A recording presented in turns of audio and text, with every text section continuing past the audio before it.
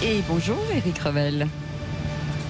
Et bonjour Cécile de Minibus et cher Patrick Roger. Oui, alors grande colère des restaurateurs, on l'a vu hier après la manif notamment de Marseille. Ah oui, très très grosse manif hier à Marseille, dans le sud, dans plusieurs villes d'ailleurs de France.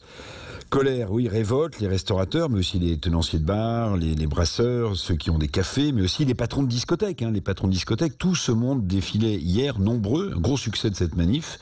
La fermeture, vous le savez, durerait jusqu'au 20 janvier et peut-être même jusqu'au 1er février pour les bars. La réouverture ne pourrait se faire que si le nombre de contaminations demeure en dessous des 5000 cas par jour. C'est ce qu'ont dit les autorités. Alors je vais revenir sur cette histoire des 5000 cas.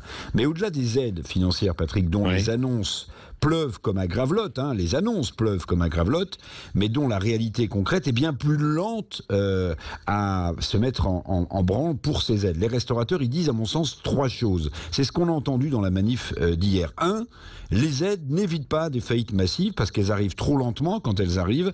Donc, il y aura un chômage massif dans le secteur. 2, ils disent qu'ils veulent travailler, non pas être subventionnés, mais aussi endettés lourdement, comme ils vont l'être, sans perspective d'avenir. Et puis 3, les restaurateurs expliquent que la fermeture de leurs établissements, c'est enchaîne quoi ? La faillite, les difficultés pour les producteurs, pour les fournisseurs, et puis la mise encore plus en difficulté du monde agricole. Vous en parliez avec le ministre de Normandie tout à l'heure. On parle de 130 000 emplois d'ores et déjà perdus, de 30 milliards d'euros de pertes, et puis peut-être d'un restaurant sur 2, sur 3, qui ne passerait pas l'année prochaine. Oui, bon, les restaurateurs parlent d'une dictature sanitaire dont ils seraient liés, dont ils seraient les victimes. Oui. Ouais.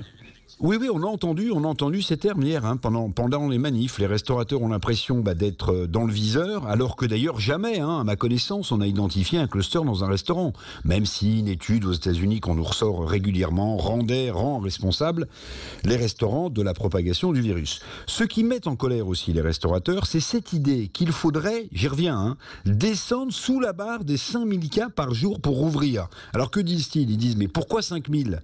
Pendant combien de jours il faudrait rester en dessous des 5000 ? Et au fait, si on arrive avant le 20 janvier à moins de 5000 cas, est-ce qu'on rouvrirait plutôt les restos ? Ces questions, le gouvernement se les est-il seulement posées ? Alors oui, certains restaurateurs ont employé cette formule et dénoncé hier à Marseille une dictature sanitaire. La profession, elle a l'impression d'être le bouc émissaire d'une situation mal maîtrisée, non maîtrisée. Et la colère dont vous parliez, Patrick, qui gronde, et les actions également vont se multiplier sur le terrain. D'ailleurs, certains, dans ces mobilisations de désespoir, y voient l'embryon, on verra, d'un futur mouvement type Gilets jaunes. Ça vous rappelle sans doute quelque chose. Oui, absolument. On en reparlera dans le petit déjeuner dans un quart d'heure, 20 minutes, Éric, notamment parce qu'on aura l'un des représentants, justement, qui sera avec nous en ligne à 9h moins le quart et on discutera avec lui. À tout à l'heure.